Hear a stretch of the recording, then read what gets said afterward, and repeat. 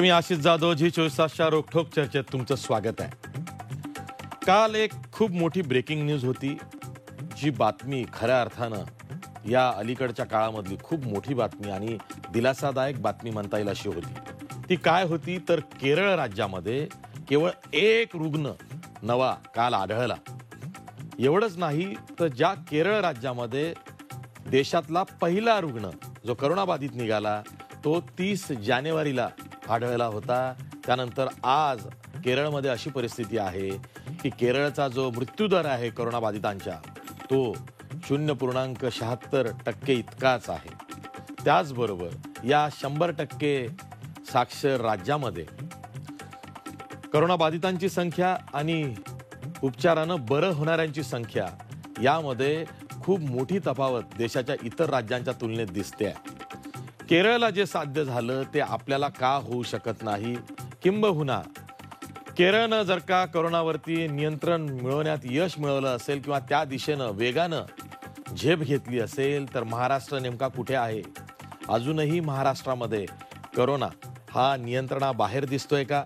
आणि त्यावरच आपल्याला चर्चा करायची आहे। एक तर महाराष्ट्रामधलं जे समाजभान आहे ते अधिक जागरूक हवं आहे का? सोशल डिस्टन्सिंग ज्याला खऱ्या अर्थानं आपण फिजिकल डिस्टन्सिंग म्हटलं पाहिजे ते डिस्टन्सिंग राखण्यास सुद्धा आम्ही कमी पडतोय का? त्याचबरोबर महाराष्ट्रामध्ये जी उपचार पद्धती कोरोनाबाधित रुग्णांवर सुरू आहे त्यामध्ये काही बदल केले गेले पाहिजेत का? आणि ते बदल हे जेणेकरून रुग्ण बरे होतील असे असावेत का? आणि त्यासाठी केंद्र सरकारची परवानगी ही खरंच महत्त्वाची आहे का? की केरळ राज्यानं स्वतःहून काही उपचार पद्धती सुरू केली आणि त्याचे रिझल्ट्स त्यांना आता मिळालेत, तसं काही महाराष्ट्रानं करावं का? ते धाडस दाखवावं का? कारण राज्य सरकारनं केंद्र सरकारच्या मदतीची वाट न बघता PPE किट्स असतील किंवा मास्क असतील, सॅनिटायझर्स असतील स्वतः विकत घेण्याचा निर्णय घेतला आणि ते करूनही दाखवलं। तसंच उपचार पद्धतीच्या बाबतीत होऊ शकतं का? त्याचबरोबर महाराष्ट्र सरकार खास करून महाराष्ट्राची आरोग्य यंत्रणा खासगी डॉक्टर्सला मदतीला घेऊ शकते का?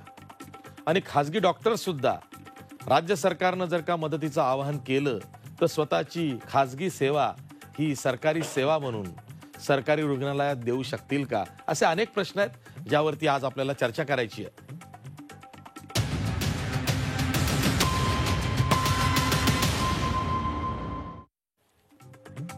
या चर्चेत सहभागी होण्यासाठी आपल्या सोबत मान्यवर पाहुण्यात आपल्या स्टुडिओमध्ये आरोग्य विषयक पत्रकारिता करणारे संतोष आंधळे आहेत, ज्येष्ठ पत्रकार आहेत। त्याचबरोबर आपल्या सोबत डॉक्टर रवी वानखेडकर आहेत, जे इंडियन मेडिकल असोसिएशनचे माजी अध्यक्ष सुद्धा राहिलेले आहेत।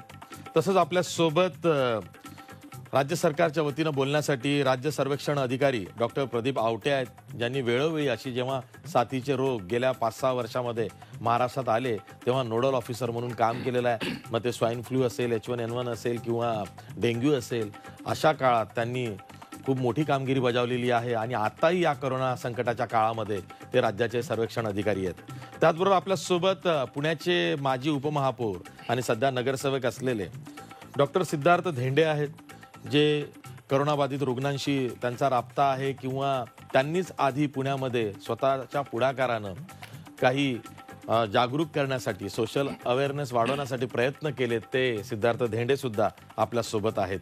मी सुरुवातीलाच डॉक्टर प्रदीप आवटे यांच्याकडे जातो। डॉक्टर प्रदीप आवटे, जसं मी प्रास्ताविकात म्हणालो की केरळमध्ये जे दिसतंय ते महाराष्ट्रात होऊ शकेल का? कारण महाराष्ट्र अनेक बाबतीत कमी दिसतोय। एक तर सामाजिक भान जे नागरिकांमध्ये हवं आहे, म्हणजे सर्वांना आता हे कळलेलं आहे की कोरोना का पसरतो, त्याचा प्रादुर्भाव का होतो, त्याची लागण कशी होते, आपण काय केलं पाहिजे, काय करू नये, तरी सुद्धा कळतं पण वळत नाही अशी परिस्थिती अनेक ठिकाणी दिसते। खास करून मुंबईसह जो मेट्रोपॉलिटन एरिया आहे, MMR रिजन ज्याला आपण म्हणतो, त्या भागामध्ये, मुंबईसारख्या अति प्रतिष्ठित शहरामध्ये, पुण्यामध्ये सुद्धा हे सगळं काही दिसतंय। तर आपण कुठे कमी पडतो?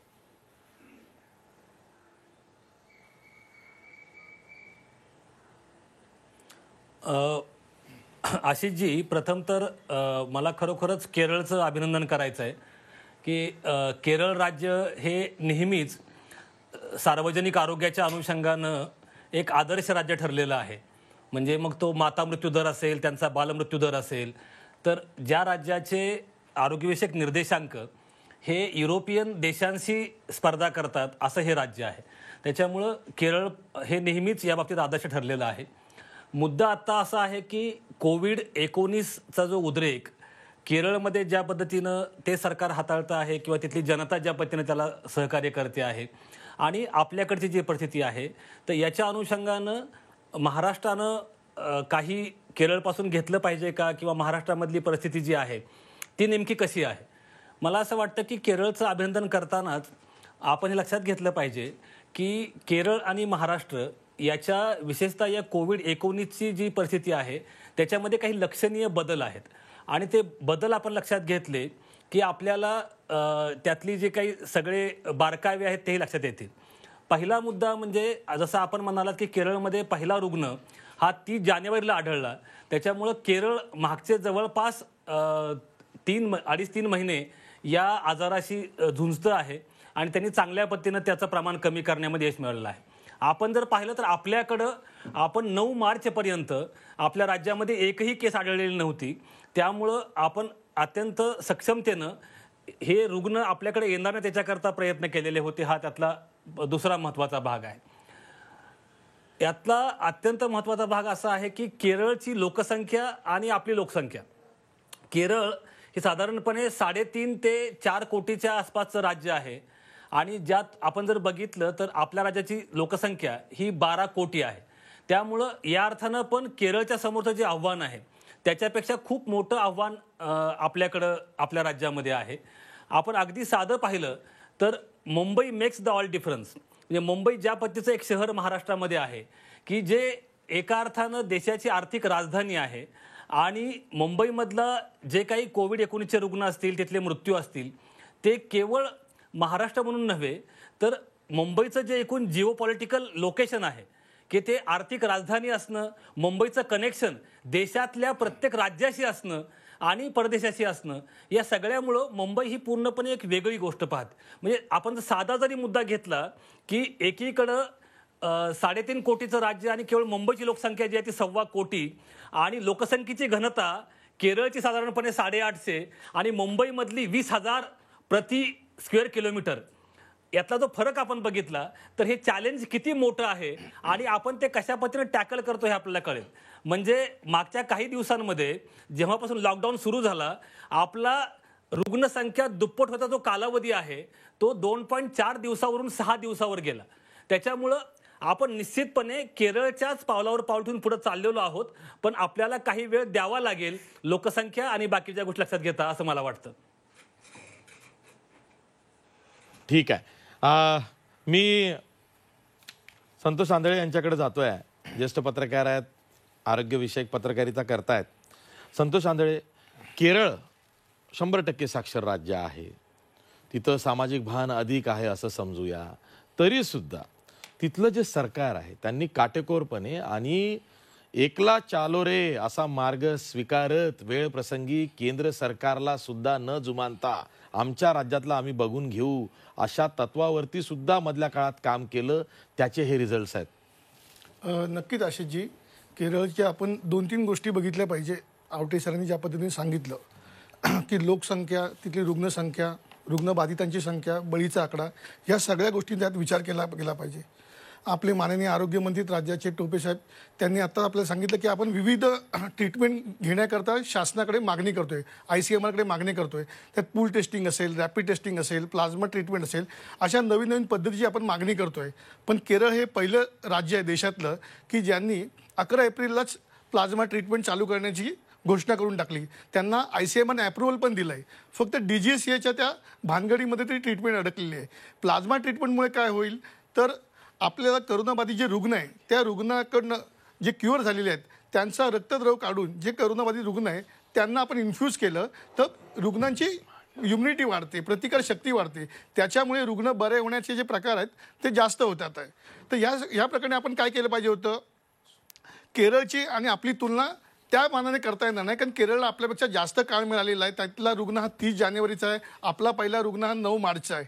या सगळ्या प्रक्रियेमध्ये आपण राज्य शासन खरोखर, मला आरोग्य खात्याच्या आपल्या राज्याचं तर मला खूप अभिनंदन करायचं आहे, कारण त्यांचं मनोबल उंचावलंच पाहिजे. कारण ज्या पद्धतीने आपल्याकडे वरळी कोळीवाडा, पुन्हा तुमचं धारावीची वस्ती, पुन्हा कुर्ल्याची वस्ती, अशी घनदाट लोकवस्ती असलेल्या संख्येत आणि एक महत्त्वाचं अशी जी तुम्हाला सांगायचं आहे की आपण रुग्णालय त्यांची वाट बघत नाही आहे. डॉक्टर रुग्णालयाच्या दारी गेलेला आहे, रुग्ण शोधून काढण्याचं काम सुरू आहे. आणि आपली रुग्णसंख्या वाढत असेल तर त्याच्यामध्ये काही गैर नाही आहे. रुग्णसंख्या वाढली असेल तर त्याचं नक्की मी अभिनंदन करेन, कारण आपली आरोग्य व्यवस्था ही रुग्ण शोधून काढून त्यांना उपचार देते.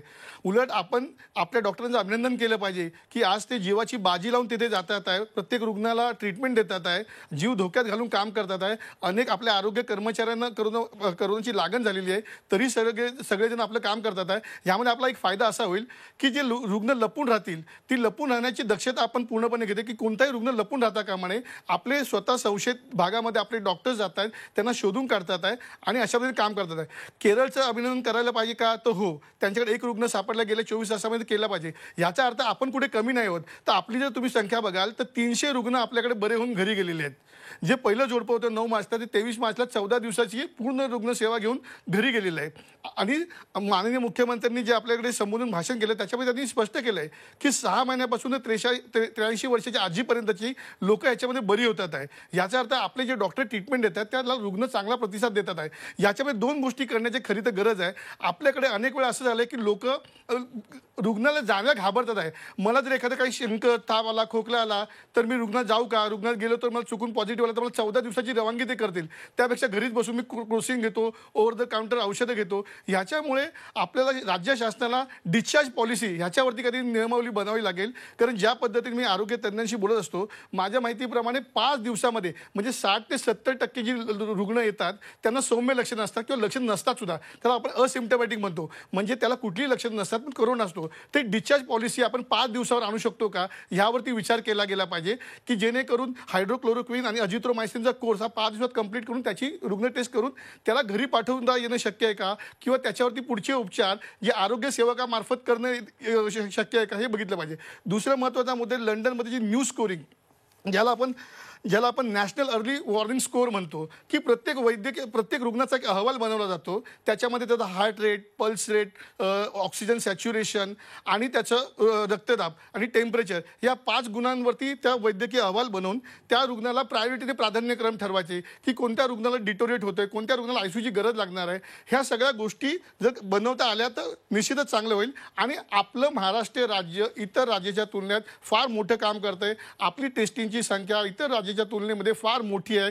आपल्याकडे रुग्ण सापडतात, याचा अर्थ आपण फेल नसून आपली आरोग्य यंत्रणा व्यवस्थित काम करते. आणि असे रुग्ण वाढले तर घाबरण्याचं कारण नाही. याचा अर्थ आपली आरोग्य यंत्रणा व्यवस्थित पदपथावर काम करते. ठीक आहे. आपल्यासोबत डॉक्टर सिद्धार्थ धेंडे सुद्धा आहेत, जे रुग्णांबरोबरच काम करतात. ते स्वतः प्रॅक्टिशनिंग डॉक्टर आहेत. डॉक्टर सिद्धार्थ धेंडे, बघा, तुम्ही सुरुवातीपासून या कोरोनाच्या काळामध्ये ॲक्टिव्ह झालात. तुमच्या लक्षात आलं की ही साथ जर का आवरायची असेल तर सोशल डिस्टन्सिंग खूप महत्त्वाचं आहे आणि तुम्ही तुमच्या पद्धतीनं अवेअरनेस आणण्याचा प्रयत्न केला. सुरुवातीची परिस्थिती साधारण महिनाभरापूर्वीची आणि आजच्या परिस्थितीमध्ये महाराष्ट्रातल्या तुम्हाला काय फरक दिसतोय?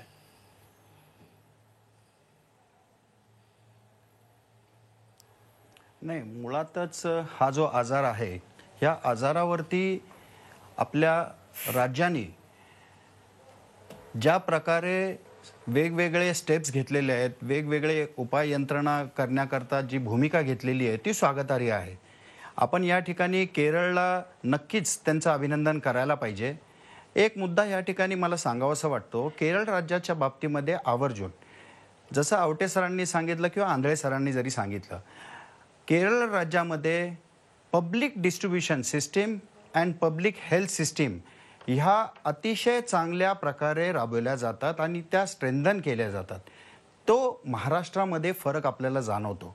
कारण आज आपण पाहतो 4.5 कोटीची त्यांची लोकसंख्या आहे, आपली 12 कोटीची आहे, पण त्यांची भौगोलिक स्थिती, त्यांची लोकसंख्या आणि त्या राज्यांनी त्या ठिकाणी पैशाची केलेली मदत ही 20,000 कोटी त्यांनी केली, जी महाराष्ट्रामध्ये तेवढ्या मोठ्या प्रमाणात झालेली नाही आहे. हे देखील सत्य हे आपण ओळखायला पाहिजे.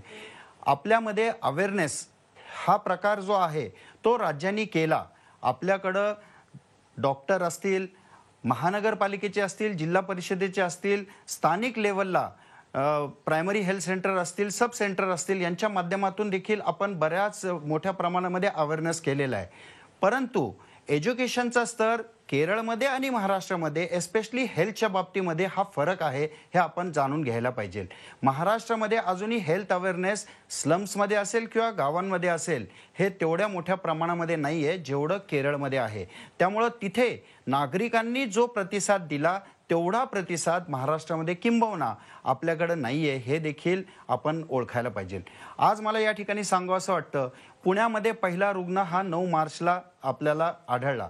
त्यानंतर तात्काळ आपल्या संपूर्ण राज्याने, महानगरपालिकेने देखील ह्या रुग्णांची संख्या वाढू नये त्याच्याकरता वेगवेगळी पावलं उचलली, वेगवेगळे पर्याय त्याच्यामध्ये सुचवले गेले.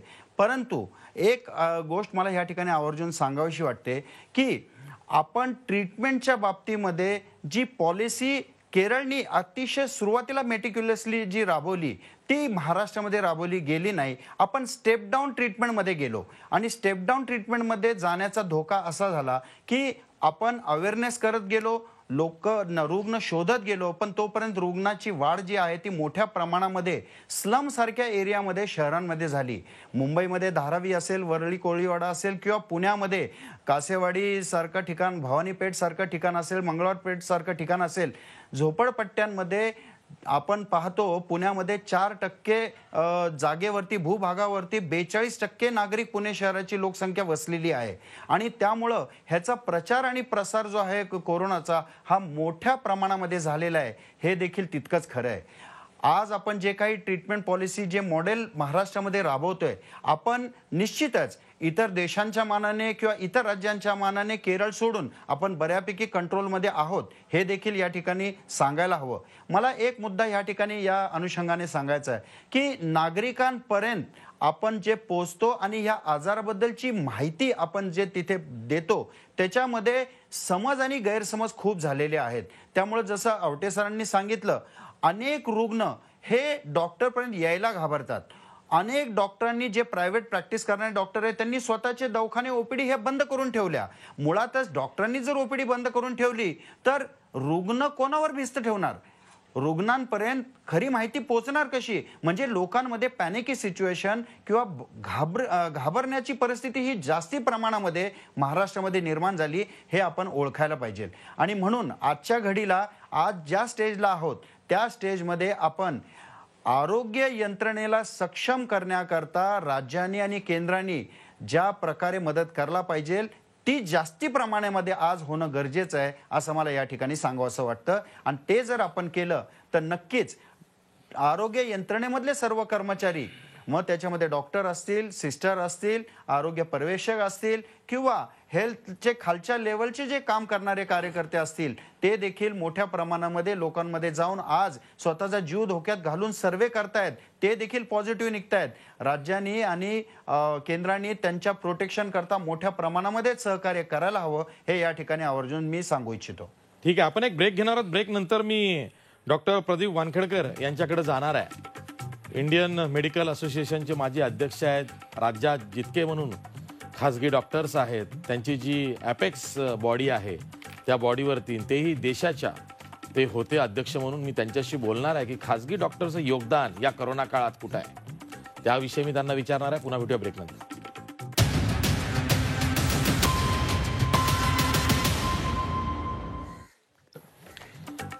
ब्रेक नंतर पुन्हा तुमचं स्वागत. मी थेट जातोय धुळ्याला. आपल्यासोबत डॉक्टर रवी वानखेडकर आहेत, इंडियन मेडिकल असोसिएशनचे माजी अध्यक्ष आहेत. सर, जसं मी ब्रेक पूर्वी म्हणालो की खासगी डॉक्टर्स कुठे आहेत करोना काळामध्ये, का लपून बसले आहेत, का पुढे येत नाहीत, का सरकारला मदत देण्याचं आवाहन करत नाही आहेत, आपापल्या डिस्पेन्सरी मधून त्यांनी बाहेर पडून सरकारी रुग्णालयात सेवा देऊ असं आवाहन सरकार समोर का ठेवत नाहीत, हा प्रश्न निर्माण झालाय. सर, तुमच्या या प्रश्नाला उत्तर देण्याआधी मी केरळा संबंधित आपल्याला सांगू इच्छितो की जरी महाराष्ट्र सरकार चांगल्या पद्धतीने कार्य करत असलं तरी केरळाचं कोरोनाच्या बाबतीतलं जे मॉडेल आहे त्या संबंधित मला 3-4 गोष्टी आवर्जून सांगाव्याशा वाटतात. कारण मी स्वतः केरळ राज्यात कमीत कमी 50 वेळेला विविध भागात केरळाला भेट दिलेली आहे. तिथल्या जेव्हा पूर परिस्थिती होती त्या काळात तिथल्या मुख्यमंत्र्यांची आम्ही 3दा भेट घेऊन चर्चा केली होती. त्याला एक ऐतिहासिक संदर्भ आहे. केरळात जर तुम्ही बघितलं तर त्रावणकोरचं ज्या वेळेला संस्थान होतं, या देशात स्मॉल पॉक्सची सगळ्यात पहिली लस त्या महाराजांनी स्वतः घेतली होती आणि 1850 साली केरळाचं डिस्ट्रिक्ट जनरल हॉस्पिटल हे भारतातील एक पहिलं हॉस्पिटल चालू झालेलं होतं. आणि केरळ या राज्याला पब्लिक हेल्थची खूप मोठी परंपरा आहे. आजच्या घडीला तिथे 1034 प्रायमरी हेल्थ सेंटर्स हे जितक्या पंचायत आहेत तितके प्रायमरी हेल्थ सेंटर्स तिथे आहेत. आणि महत्वाची गोष्ट म्हणजे हे सगळे प्रायमरी हेल्थ सेंटर त्या ग्रामपंचायत किंवा नगरपालिकेच्या अखत्यारीत येतात. त्याचा ऍडमिनिस्ट्रेटिव्ह कंट्रोल त्या नगरपालिकेकडे किंवा ग्रामपंचायतीकडे आहे. ही सगळ्यात महत्वाची गोष्ट. दुसरी महत्वाची गोष्ट, केरळाकडे 2दा निपाह व्हायरस यालाही काही इलाज नव्हता, याची साथ आल्यामुळे तिथली आरोग्य यंत्रणा बऱ्यापैकी याच्यासाठी सुसज्ज होती. तिसरी गोष्ट, जसं आवटे साहेबांनी सांगितलं, केरळाचे जे आरोग्य इंडेक्सेस आहेत ते जगात सर्वात चांगल्या पद्धतीचे आहेत. म्हणजे एक उदाहरण द्यायचं तर भारतात लाईफ एक्सपेक्टन्सी ऍव्हरेज 64 आहे, केरळामध्ये ती 72 आहे. म्हणून केरळाची पब्लिक हेल्थ सिस्टीमवर तिथलं सरकार योग्य पद्धतीने खर्च देखील करतं. दुसरा प्रश्न असा तिथे त्या सरकारने अतिशय चांगल्या पद्धतीने केला की 30 लाख लोक केरळातली परदेशात असतात आणि ही 30 लाख लोक परत येण्याची सुरुवात त्यांची ताबडतोब झाल्याबरोबर 5 इंटरनॅशनल एअरपोर्ट केरळमध्ये आहेत. त्या प्रत्येक एअरपोर्टला तिथल्या जनरल हॉस्पिटलची टायअप करण्यात आलं. अतिशय चांगल्या पद्धतीने एअरपोर्टवर स्क्रीनिंग झालं. कुठलाही संशयित रुग्ण असला त्याला एअरपोर्टवरून एअरपोर्टवरून डायरेक्ट हॉस्पिटलमध्ये नेण्यात आलं. दुसरं त्यांचं यशाचं कारण आहे प्रचंड प्रमाणात कम्युनिटी पार्टिसिपेशन. तिथल्या विविध सामाजिक संस्थांनी आणि सरकारनी समन्वयातून प्रत्येक जिल्ह्याच्या ठिकाणी डिस्ट्रिक्ट कोऑर्डिनेशन कमिटी केलेली आहे, ज्याच्यात इंडियन मेडिकल असोसिएशनचाही खूप मोठ्या प्रमाणात सहभाग आहे. राज्य पातळीवरही आहे आणि जिल्हा पातळीवरही आहे. आणि त्या प्रत्येक पंचायतनी स्वतःहून जबाबदारी घेतली क्वारंटाईन करायची आणि कॉन्टॅक्ट ट्रेसिंग करायची. सरकारने एक ऍप फार पूर्वी तिथे चालू केलं, GOK गव्हर्नमेंट ऑफ केरला नावानी, आणि एक मीडिया कॅम्पेन चालवला ब्रेक द चेन म्हणून, याच्यात की सर्व राजकीय पक्ष, सर्व सेलिब्रिटीज यांनी विविध समाज माध्यमांचा उपयोग करून या प्रकारे चालू केला. महत्वाचं एक महाराष्ट्रासाठी नोंद घेण्यासारखी गोष्ट की तिथल्या विरोधी पक्ष नेते आणि मुख्यमंत्र्यांनी संयुक्त पत्रकार परिषद मार्च महिन्यातच घेतली आणि जनतेला आव्हान केलं की आम्ही एकत्र आहोत. आणि हा संदेश थेट कालपर्यंत गेला.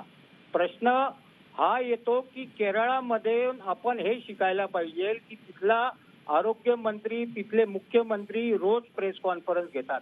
दुसरी महत्वाची गोष्ट, जी महाराष्ट्रात आरोग्य वैद्यकीय शिक्षणासाठी वेगळा मंत्री आहे, आरोग्यासाठी वेगळा मंत्री आहे.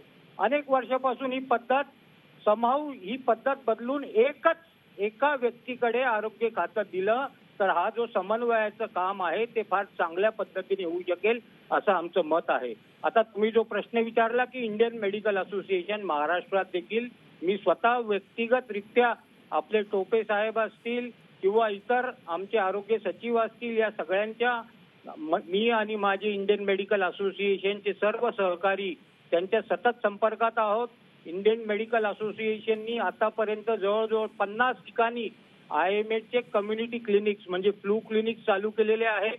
5 ठिकाणी आता आम्ही मोबाईल क्लिनिक चालू केलेले आहेत. ज्या ठिकाणी गरज लागते त्या ठिकाणी आमचे इंडियन मेडिकल असोसिएशनचे डॉक्टर्स जाऊन त्या ठिकाणी सरकारी केंद्रांवर सेवा देतात आहे. मुंबईत गेले 4 दिवसापासून धारावीमध्ये जी काही रुग्ण तपासण्याची मोहीम चालू झाली त्यामध्ये आमचे मुंबई इंडियन मेडिकल असोसिएशनची संपूर्ण टीम त्या ठिकाणी आताही कार्यरत आहे. म्हणून असं मला वाटतं म्हणणं थोडंसं योग्य होणार नाही की खासगी डॉक्टर्स यामध्ये सहभागी नाही आहेत म्हणून.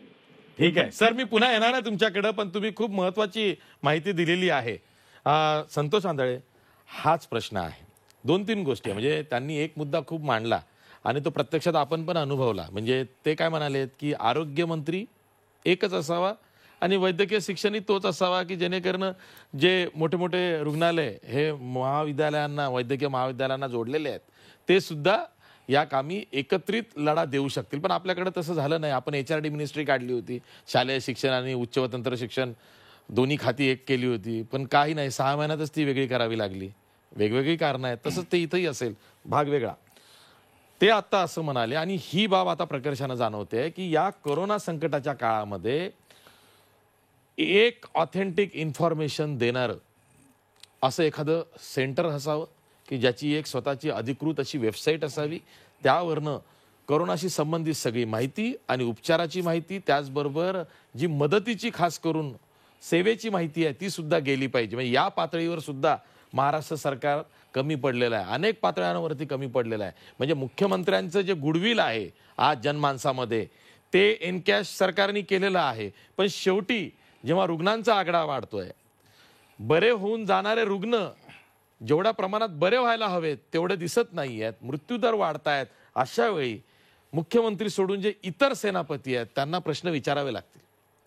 आशाजी, नक्कीच तुम्ही जो विषय मांडताय, परंतु तुम्ही ती महाराष्ट्र राज्याला तुम्ही अंडर एस्टिमेट करताय असं मला हे जाणवत आहे.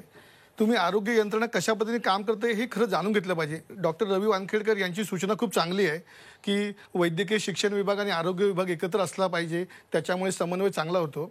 परंतु आज तसं नसताना, 2 विभाग वेगळे असताना सुद्धा समन्वयाचा अभाव आहे असं मला कुठेही वाटत नाही. कारण आपल्यासोबत जे आता पॅनलवरती आहेत राज्य सर्वेक्षण अधिकारी डॉक्टर प्रदीप आवटे, हे कोरोनाचं पहिला रुग्ण आल्यापासून रोज सातत्याने रुग्ण किती बरे झाले, किती डिस्चार्ज झाले, नवीन रुग्णांना किती बाधा झाली याची इत्तमभूत माहिती न्यूज बुलेटिन संध्याकाळी 6 ते 8च्या दरम्यान ते सगळ्यांना देत असतात. विषय उरला की आपण कशा पद्धतीने काम करायला पाहिजे, कॉल सेंटर पाहिजे का, तर ह्या चर्चेच्या गोष्टी आहेत. ह्याच्यामध्ये नवीन सूचना येतात. कारण करोना हा मुळातच देशामध्ये काय विश्वामध्ये पहिली घटना आहे. अनेक लोकांनी साथीचे आजार बघितले. आम्ही स्वाईन फ्लू कव्हर केलेला आहे, त्याच्यामध्ये आम्ही बघितलेलं आहे प्रत्येक साथीचा रोग हा आपल्याला धडा देत असतो. याच्यामध्ये पहिला महत्त्वाचा धडा जो आपल्याला मिळाला आहे की सार्वजनिक आरोग्याचं बळकटीकरण करणं. कारण आज जर तुम्ही बघितलं, चांगल्या चांगल्या खात्यापित्या घरातली लोक जेव्हा ॲडमिट व्हायचं वेळ आली तेव्हा साथीच्या रुग्णांकरता पहिलं हॉस्पिटल हे शासनाचं असतं, महापालिकेचं असतं. ते त्या हॉस्पिटलमध्ये गेले, त्यांना काही ज्या सुविधा पाहिजे होत्या त्या सुविधा न मिळाल्यामुळे त्यांनी त्यांचे फोटो व्हायरल टाकले, पोस्ट टाकले. पण तुम्ही हे जेव्हा टाकताय ना, हे लक्षात घ्या, शासनाचे हॉस्पिटलच तुम्हाला ट्रीटमेंट पहिल्यांदा देतात आहे. तुम्हाला कुठलंही पंचतारांकित हॉस्पिटल ट्रीटमेंट देत नाही. आज पहिलं साथीच्या रुग्णांना ट्रीटमेंट देण्याचं काम हे नगरपालिकेचं आणि आरोग्य व्यवस्थेतील शासनाचं हॉस्पिटल करत आहे. ह्या हॉस्पिटलला तुम्ही आज जे बोर्ड ठेवताय ना की इथे व्यवस्था चुकीची आहे, हे तुमचं म्हणणं कायम ठेवा, वर्षभर या विषयावर बोला. ही व्यवस्थेचे बळकटीकरण झालं पाहिजे. ह्या व्यवस्थेमध्ये मंत्री महोदय पासून सेलिब्रिटीपासून ज्यावेळी रुग्ण उपचार घेतील या शासनाच्या आमच्या हॉस्पिटलमध्ये, तेव्हा मला वाटतं ही आरोग्य व्यवस्था आपल्यासाठी पूरक ठरेल. आज केवळ आपण फक्त आरोग्य व्यवस्थेवर टीका करतोय, पण त्या आरोग्य व्यवस्थेने खर्च किती करतोय, कशा पद्धतीने खर्च करतोय, कुठल्या नवीन सुविधा आपण आणतोय, संशोधन कशा पद्धतीने चाललंय, ह्याच्यावरती सगळ्यांनीच अंकुश ठेवला पाहिजे. ह्याची जबाबदारी फक्त सरकारची नाही, तर नागरिक म्हणून आपली स्वतः एक जबाबदारी आहे की हॉस्पिटलमध्ये नक्की चाललं काय, कधीतरी आपण जाऊन विचारलं पाहिजे. आपण जेव्हा आजारी पडतो, पैसे असतात आपल्याकडे, आपण खाजगी रुग्णालयात जातो.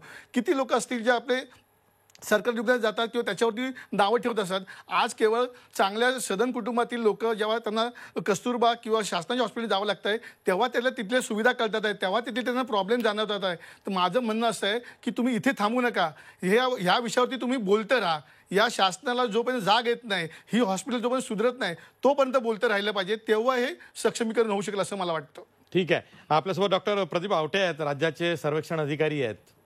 साथीच्या रोगाच्या वेळेस गेल्या 5-6 वर्षांमध्ये सातत्यानं त्यांनी पुढाकार घेऊन किंवा शासनानं त्यांना ती जबाबदारी दिल्यानंतर त्यांनी काम केलेलं आहे.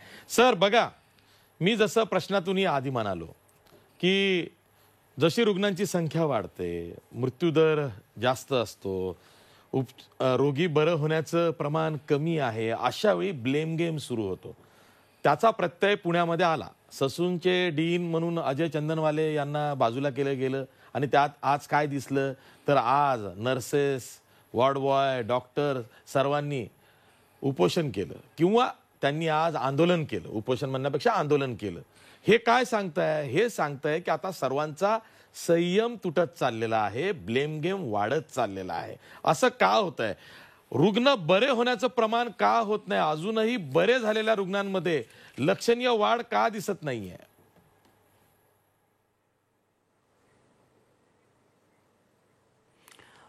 आशिषजी, मला वाटतं की माझ्या आधीचे जे डॉक्टर रवी वानखेडकर जे बोलले हा. किंवा आता संतोष आंधळे. आंधळे जे बोलले, त्याच्यातून जे मुद्दे समोर तर त्यांच्यातून जे मुद्दे समोर आले त्याच्या अनुषंगानं मी पहिल्यांदा काही मांडणी करतो. आपण जर पाहिलं तर करोनाची ही जी साथ आहे ही एका अर्थानं अभूतपूर्व अशी साथ आहे आणि याच्यामध्ये खरोखरच म्हणजे माननीय मुख्यमंत्री असतील किंवा माननीय आरोग्यमंत्री असतील, त्यांनी खूप चांगल्या पद्धतीनं याचं नेतृत्व या साथीमध्ये केलेलं आहे की आमच्यासारखी जी लढणारी छोटी मोठी माणसं याच्यामध्ये आहेत त्यांचं मनोबल वाढेल अशा पद्धतीनं ही दोन्हीही मंडळी आम्हाला कायम धीर देत आहेत आणि काम करणाऱ्या प्रत्येक डॉक्टरला, प्रत्येक नर्सशी बोलून त्याच्या अडीअडचणी समजून घेऊन तिथं काय सुधारणा करता येतील याकरता ते प्रयत्न करतायत. हा एक मुद्दा. आता दुसरा जो मुद्दा आहे, महाराष्ट्राच्या अनुषंगानं जो सातत्यानं मुद्दा येतो आहे की राज्यामधले जे बाधित रुग्ण आहेत त्यांची संख्या ही देशामध्ये सर्वाधिक आहे. परंतु आपण जर ICMRचा अगदी कालचा डेटा पाहिलात तर 15 एप्रिलपर्यंत संपूर्ण देशामध्ये जवळपास 2,74,000 टेस्ट झालेले आहेत आणि त्याच्यामधल्या 52,000 म्हणजे सुमारे 20% टेस्ट या केवळ आपल्या राज्यात झालेल्या आहेत. याचा अर्थ देशातली प्रत्येक 5वी टेस्ट ही आपल्या राज्यात करण्यात आलेली आहे. जर तुम्ही एवढ्या मोठ्या प्रमाणावर टेस्ट करणार असाल तर तुम्हाला रुग्ण सापडणार आणि आपला उद्देश तोच आहे. आपला उद्देश आहे की अधिकाधिक रुग्ण शोधणं, कारण की या विषाणूचा जो प्रवास आहे तो कसा होतो आहे हे पाहणं हे गरजेची गोष्ट आहे. आणि म्हणून मग चंद्रपूर, नागपूर पासून ते सिंधुदुर्गपर्यंत ते मुंबईपर्यंत रुग्ण आपण शोधतो आहोत आणि त्याच्यामुळं त्या ठिकाणी जे कंटेनमेंट करायचं आहे ते करणं आपल्याला शक्य होतं आहे. त्याच्यामुळं तुम्ही जर पाहिलं तर जेव्हा हा उद्रेक सुरू झाला त्या जानेवारी महिन्यामध्ये महाराष्ट्रामध्ये केवळ एक प्रयोगशाळा होती, ती म्हणजे NIV पुणे. आणि आज राज्यामध्ये 35 लॅब आहेत. म्हणजे मागच्या महिनाभरामध्ये आपण ही संख्या इतकी वाढवली की आपण आज देशातलं 1 नंबरचं राज्य आहोत टेस्ट करण्यामध्ये. तर उद्देश तोच आहे की पहिली गोष्ट ती आहे. दुसरा मुद्दा असा आहे की आपल्याकडं जवळपास 300 म्हणजे 10 ते 12% रुग्ण बरे होऊन घरी गेलेले आहेत. त्याच्यासोबतच आपल्याकडं मृत्यूचं प्रमाण जास्त आहे. हा मुद्दा अगदी खरा आहे आणि हा मुद्दा राज्याच्या मुख्यमंत्र्यापासून, आरोग्यमंत्र्यापासून ते सगळ्यांनी अत्यंत गांभीर्याने घेतलेला आहे.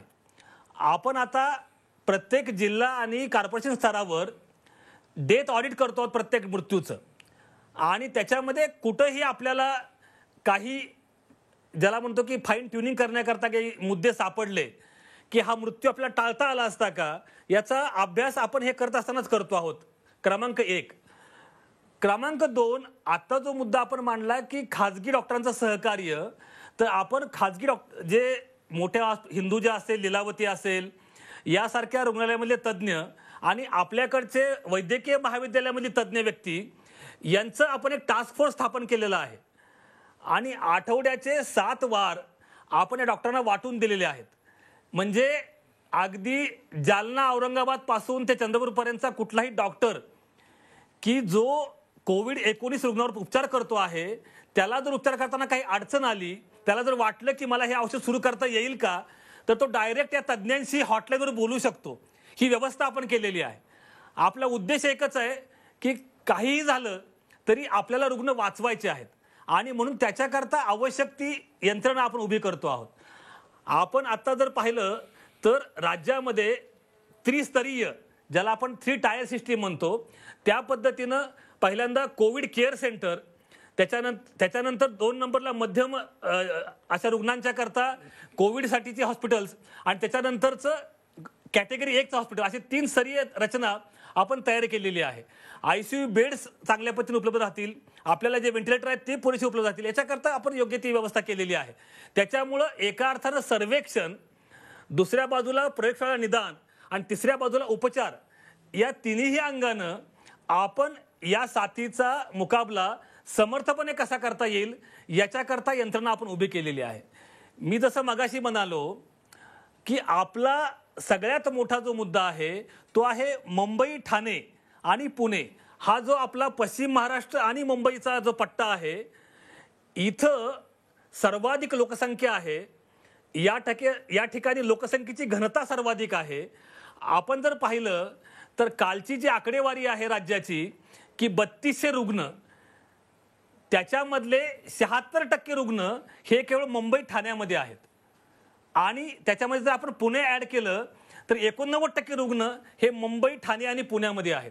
आणि म्हणून आपल्याला हा जो शहरी पट्टा आहे त्या पट्ट्याशी खऱ्या अर्थानं मुकाबला करायचा आहे. आणि त्या ठिकाणी आत्ता आपले जे कंटेनमेंट झोनमध्ये अक्षरशः 5000हून अधिक टीम जे आहेत त्या फील्डवर काम करत आहेत.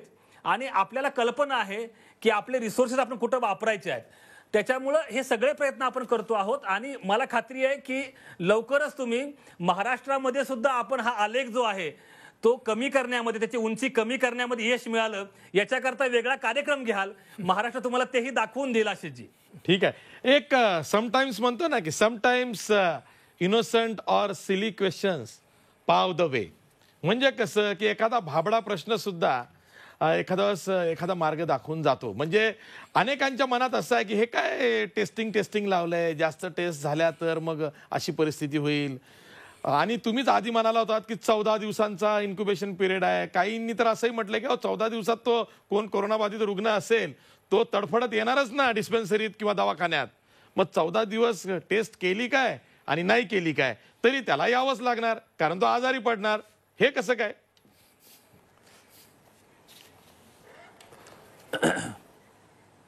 प्रतिभा आवटे, याच्यामध्ये हा जो तुमचा प्रश्न आहे आशिषजी, फार महत्वाचा प्रश्न. मी बोलू? हा, बोला. हा, नाही, हा फार महत्वाचा प्रश्न आहे की टेस्ट का वाढवायच्या. याचं कारण हे आहे की आपल्याला करोना बाधित रुग्ण जे समाजामध्ये आहेत त्यांचं सेग्रिगेशन करणं, समाजापासून ते वेगळे करणं फार गरजेची गोष्ट आहे. आणि म्हणून टेस्ट वाढवल्या तर आपल्याला विषाणूचा प्रवास कळतो. जे केंद्रबिंदू आहेत या प्रसाराचे, त्या केंद्रबिंदूंना समाजापासून आपल्याला काही काळ वेगळं करता येतं आणि तो सामाजिक प्रसार टाळण्यामध्ये आपल्याला हातभार लागतो. याच्यामध्ये आपल्याला कल्पनाच आहे की कोरोनाच्या 100 पैकी 80 रुग्ण हे सौम्य स्वरूपाचे असतात. म्हणजे आजही राज्यामध्ये जे काही 3200 रुग्ण आहेत त्याच्यामधल्या 70% लोकांना जवळपास लक्षणं नाहीत किंवा ते खूप सौम्य प्रकारचे रुग्ण आहेत. त्याच्यामुळं हे सगळे जे रुग्ण आहेत ते शोधणं हे यामुळं कठीण आहे की यातला प्रत्येक रुग्ण दवाखान्यात स्वतःहून येईल अशातला भाग नाही, कारण त्याची लक्षणं सौम्य आहेत. आणि म्हणून आपल्याला सर्वेक्षण करणं हा त्यातला एक अत्यंत महत्त्वाचा भाग आपण करतो. आपण जर आता पाहिलं तर आपण आपली जी काही एकूण सर्वेक्षण यंत्रणा आहे किंवा टेस्ट करण्याची जी पद्धती आहे त्याच्यामध्येही काही बदल आपण ICMRच्या सहकार्यानं करतो आहोत, ज्याला आपण सारी म्हणतो. म्हणजे तीव्र दाह किंवा सिव्हिअर ॲक्यूट रेस्पिरेटरी इलनेस या लोकांचंही आता आपण सर्वेक्षण करतो आहोत आणि अशा व्यक्तींचे पण नमुने आपण पाठवतो आहोत. याचा फायदा एक होतो आहे की रुग्ण लवकर ओळखल्यामुळं त्या भागामध्ये आपल्याला रुग्णसंख्येवर नियंत्रण ठेवणं शक्य आहे. म्हणजे अगदी उदाहरण आपण जर घेतलं तर इस्लामपूर पहा, आपल्याकडचं सांगलीमध्ये इस्लामपूर, तिथं फक्त 4 माणसं गेली मध्य पूर्वेमध्ये आणि त्या 4 माणसांचा शोध घेताना आपल्याला इस्लामपूर सारख्या छोट्या शहरामध्ये 26 रुग्ण आढळले. परंतु तिथल्या यंत्रणेनं तिथलं जे कंटेनमेंट प्लान आहे तो इतका चांगल्या पद्धतीनं राबवला की हे 26च्या 26 रुग्ण बरे झाले आणि इस्लामपूरमध्ये 27वा रुग्ण सापडला नाही. तर बरोबर आहे. हे म्हणजे जे जसं आहे, आपण केरळ हे पॅटर्नची यश या चर्चा आज यंत्रणेचं या सर्वेक्षणात करतोय, इस्लामपूर पॅटर्न आणि सुद्धा म्हणून आपल्याला हा हे देशभरात गेलेला आहे. यस भिलवाडा पॅटर्न प्रमाणे इस्लामपूर पॅटर्न हा म्हणजे त्याला म्हणूया की अर्ली डिटेक्शन, त्यानंतर तो ट्रेस झाल्यानंतर उपचार करणे, त्यांना इतरत्र फैलू न देणे, त्यासाठी त्यांना एकत्रित ठेवणे, शासन आणि समाजानं सुद्धा तिथं एक दिलानं मदत करणे, संयम राखणे, ह्या सगळ्या गोष्टी इस्लामपूरमध्ये दिसलेल्या आहेत. मी रवी वानखेडकर यांच्याकडे जातोय. वेळ कमी आहे रवी वानखेडकर, पण तरी सुद्धा खासगी डॉक्टर्सनी पुढे येण्याची गरज आहे. मी माझ्या अट्टाहासावरती कायम आहे. बघा, अनेक शहरांमध्ये महाराष्ट्राच्या कारखाने हॉस्पिटलचे उघडे आहेत. इतर वेळी हे व्यवस्थित सुरू असतात, पण आता विषाणूचा प्रादुर्भाव होतोय आणि सरकारने आम्हाला मदत केली पाहिजे म्हणून ते बंद असतील, तर त्यासाठी IMA सुद्धा पुढाकार घेतला पाहिजे. कारण प्रॉफिट बेसिसवरती हॉस्पिटल चालतात. अशा वेळी तर तुम्ही गोपनीयतेची जशी आम्ही शपथ घेतो किंवा पत्रकार म्हणून किंवा पोलीस अधिकारी पोलीस सेवेत तशी शपथ घेतात, अशा वेळी रुग्णसेवेची शपथ तर डॉक्टर्सही घेतात. मग रुग्णसेवेसाठी सरकारनंच आम्हाला मदत केली तरच आम्ही आमची डिस्पेन्सरी हॉस्पिटल सुरू करू. हा जो अट्टहास दिसतोय अनेक ठिकाणी, आम्ही सुद्धा तपासणी करतोय तशी अनेक ठिकाणी तो दिसतोय. तुम्ही तुमच्या फेलो डॉक्टर्सला काय सांगाल? काही अंशी आपलं म्हणणं 15 दिवसापूर्वी खरं होतं, पण अशी जी गेल्या 15 दिवसात सातत्याने इंडियन मेडिकल असोसिएशनचे सर्व पदाधिकारी आणि सर्व महाराष्ट्रातील 207 शाखांचे प्रतिनिधी यांच्याशी वारंवार चर्चा करून त्यांच्या अडचणी सोडवून अनेकदा सरकारी यंत्रणेची मदत घेऊन बहुतांशी ठिकाणी आता दवाखाने पूर्णपणे उघडे आहेत. मला एकच फक्त सांगायचं आहे की जो संतोषजींनी जो मुद्दा उपस्थित केला तो माझ्या दृष्टीने सगळ्यात महत्वाचा आहे. कारण मी माझ्या सेवेची सुरुवात सातपुड्यातल्या फार दुर्गम भागात मेडिकल ऑफिसर मधून चालू केली आणि त्या ठिकाणी मी त्या 30-35 वर्षापासून सार्वजनिक आरोग्य यंत्रणेची हेळसांड, मग ती कुठल्याही पक्षाला मी ब्लेम करू इच्छित नाही. कारण गेल्या 70 वर्षात आपल्याला एकच आकडेवारी सांगतो, जेव्हा आपल्याला स्वातंत्र्य मिळालं तेव्हा 80% जनता ही सार्वजनिक इस्पितळात इलाज करायची आणि आज 2020 मध्ये ते प्रमाण उलट आहे की 20% जनता फक्त सार्वजनिक इस्पितळात जाते. 80च्या दशकात विजय मेडिकल कॉलेज ज्याचा आपण उल्लेख केला त्याचा मार्ड सेक्रेटरी असतानापासून मार्डची आणि IMA ची सातत्याने मागणी आहे की सर्व राजकीय पुढारी आणि सर्व प्रमुख अधिकारी यांना फक्त आणि फक्त सरकारी मोठ्या रुग्णालयात ट्रीटमेंट घेणं बंधनकारक करा, म्हणजे आपोआप ही सरकारी आरोग्य व्यवस्था अतिशय सक्षम होईल. कारण केरळाचा जर तुम्ही यशाचं गमक बघितलं तर प्रिन्सिपल सगळीकडे सारखीच आहे, फरक तिथल्या अंमलबजावणीत आहे आणि या अंमलबजावणीचा फरक तिथली सक्षम सार्वजनिक आरोग्य व्यवस्था आहे. याचबरोबर प्राप्त परिस्थितीत मग ती आर्थिक असेल, राजकीय असेल, सामाजिक असेल, महाराष्ट्रातील आरोग्य यंत्रणा ही अतिशय चांगल्या पद्धतीने असलेल्या त्रुटीसह काम करते आहे, हेही मला इथे नमूद करायचं आहे. ठीक आहे. माझा वेळ संपलेला आहे. मी शेवटी डॉक्टर सिद्धार्थ धेंडे यांच्याकडे जातो. डॉक्टर सिद्धार्थ धेंडे, कोरोनामुळे आपल्याला एक धडा मिळालेला आहे की आपली सार्वजनिक आरोग्य यंत्रणा ही सक्षम केली पाहिजे. शेवटी तीच कामात येते. आज कोरोनाच्या काळात ते दिसतंय. अशा वेळी IAS असेल, IPS असेल, IRS असेल, IFS असेल, अशा ज्या सर्व्हिसेस मधून लोकांची निवड केली जाते, का नाही इंडियन मेडिकल सर्व्हिस नावाची एक सर्व्हिस सुरू करून त्यातून चांगले अधिकारी नेमून मग ती यंत्रणा आपण बळकट केली पाहिजे. हाही विचार त्या निमित्तानं पुढे आला तर त्याची अंमलबजावणी का होऊ नये?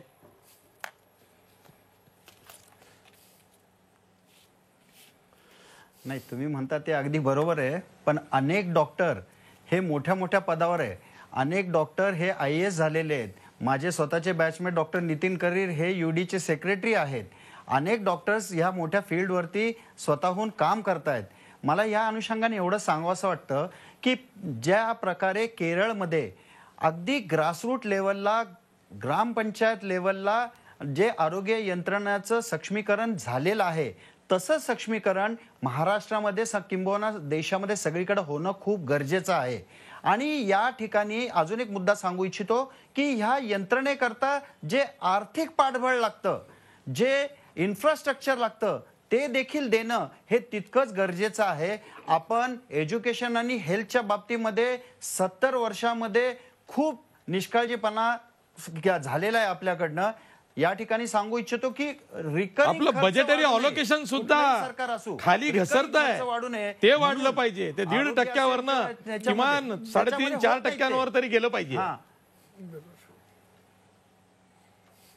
अगदीच जीडीपीच्या त्या 1.5% तो 6% पर्यंत जायला पाहिजे. 6% पर्यंत ज्यावेळेस आपण आर्थिक तरतूद या आरोग्य विभागामध्ये करू, नक्कीच लोकांचं आरोग्य जे आहे, नागरिकांचं आरोग्य आहे, ते सुरक्षित राहील. हे या प्रसंगी सांगू इच्छितो. आजच्या प्रसंगी एवढा अजून एक मुद्दा सांगू इच्छितो की आज महाराष्ट्रामध्ये जी परिस्थिती आहे त्याच्यामध्ये सोशल डिस्टन्सिंग आज देखील पाळलं जात नाही. कारण जे गोरगरीब हातावर पोट असलेली जी जनता आहे ती आज उपाशी आहे आणि ती रस्त्यावर येते.